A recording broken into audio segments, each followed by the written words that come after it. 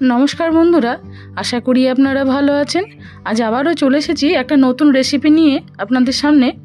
আজ বানাবো মোরলা মাছের চটপটা। তবে পুকুরের মোরলা মাছ নয় বন্ধুরা, এটা নিয়েছি সামুদ্রিক মোরলা মাছ। আমাদের এদিকে অনেকে এটাকে গাং মৌরলাও বলে। মাথাগুলো বাদ দিয়ে দিয়েছি, কারণ মাথাতে অনেক বালি পাথর থাকে, সেই জন্য মাথাগুলো বাদ দিয়ে দিয়েছি। পুকুরের মোরলা মাছের মতনই কিন্তু এই মাছেরও যথেষ্ট টেস্ট আছে। আপনারা যদি এই মাছ না পান তাহলে পুকুরের মোরলা মাছ দিয়েও এই রেসিপিটা করতে পারেন। পরিমাণ মতো লবণ আর হলুদ মাখিয়ে মাছটাকে আমি 10 মিনিটের জন্য ম্যারিনেট করে রেখে মশলাটা রেডি করে নিচ্ছি। 1 চামচ পোস্ত, 1/2 চামচ লাল সর্ষে, 1/2 চামচ ধনে, 1/2 চামচ জিরে আর সামান্য পরিমাণ মেথি নিয়েছি।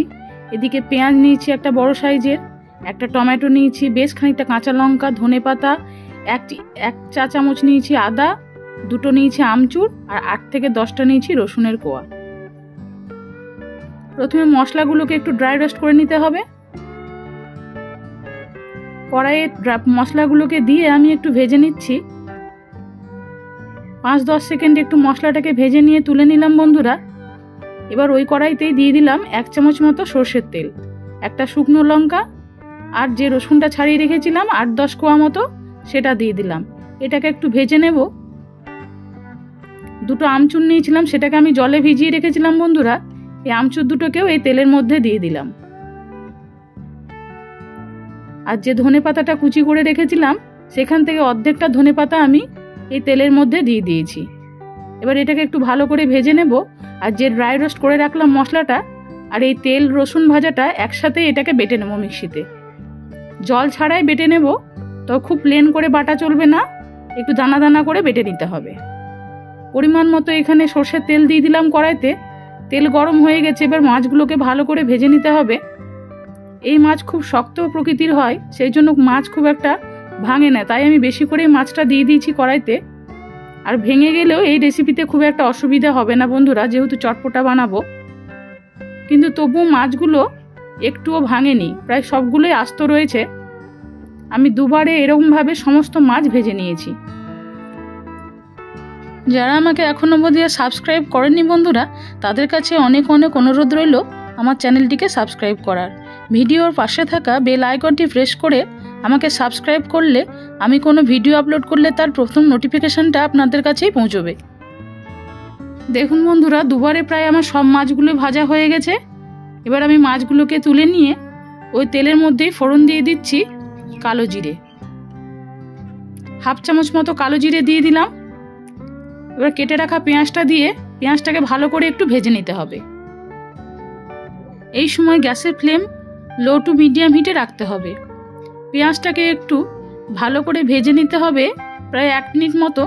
তারপরে এর মধ্যে দিতে হবে গ্রেট করে রাখা 1 চামচ আদা।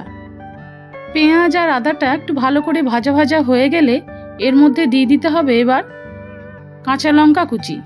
যে কাঁচা লঙ্কাটা কুচি করে রেখেছিলাম তার অর্ধেকটা কাঁচা লঙ্কা আমি এই সময় দিয়ে দিচ্ছি, আর অর্ধেকটা কাঁচা লঙ্কা রেখে দিচ্ছি সব শেষে ব্যবহার করার জন্য।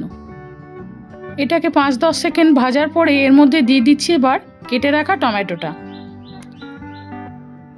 টমেটো, পেঁয়াজ এগুলোকে একটু ভালো করে ভেজে নিয়ে আরও 1 মিনিট পরে এবার দিয়ে দিচ্ছি আমি পরিমাণ মতো হলুদ আর পরিমাণ মতো লবণ। 1 চামচ মতো কাশ্মীরি লঙ্কা গুঁড়ো দিয়েছি, আপনারা চাইলে ঝাল লঙ্কার গুঁড়ো এতে দিতে পারেন। সামান্য পরিমাণ জল দিয়ে এবার মশলাটাকে ভালো করে কষে নিতে হবে। এই রেসিপিটা একটু ঝাল ঝাল টকটক হয় বন্ধুরা, খেতে খুবই ভালো লাগে। আমি এবার মশলাটা দিয়ে দিলাম, ড্রাই রোস্ট করে রাখা সেই মশলাটা। জল ছাড়া এটা বেটেছি, যেহেতু তেলে রসুনটা ভাজা ছিল তাই জলের আর প্রয়োজন হয়নি। জল ছাড়াই একটু বেটে নিয়েছি। মশলাটা দিয়ে এবার ভালো করে 1 মিনিট 1.5 মিনিট একটু কষে নিতে হবে। সামান্য পরিমাণ জল দিলাম যাতে মশলাটা তলায় লেগে না যায়। দেখুন বন্ধুরা, মশলাটা ভাজা হয়ে গেছে। এবার মাছটা দিয়ে এরমভাবে ভালো করে একটু নেড়ে নিতে হবে। আর কিন্তু জল দেওয়া চলবে না, কারণ এই রেসিপি যেহেতু চটপটা রেসিপি একদম শুকনো শুকনো হয়।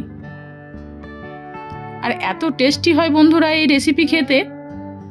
আপনারা একবার বাড়িতে বানিয়ে খেয়ে দেখলে বুঝতে পারবেন যে এই রেসিপি কতটা সুন্দর হয় খেতে।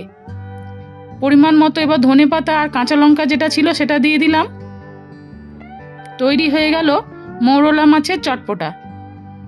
আমি তো বন্ধুরা এই মৌরলা মাছের চটপটা গরম ভাতের সাথে পরিবেশন করেছি, তবে আপনারা চাইলে গরম ভাতের সাথেও খেতে পারেন, আবার স্টার্টার হিসাবেও খেতে পারেন।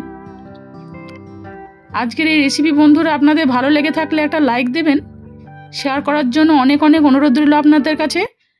সবাই আপনারা ভালো থাকুন, নমস্কার।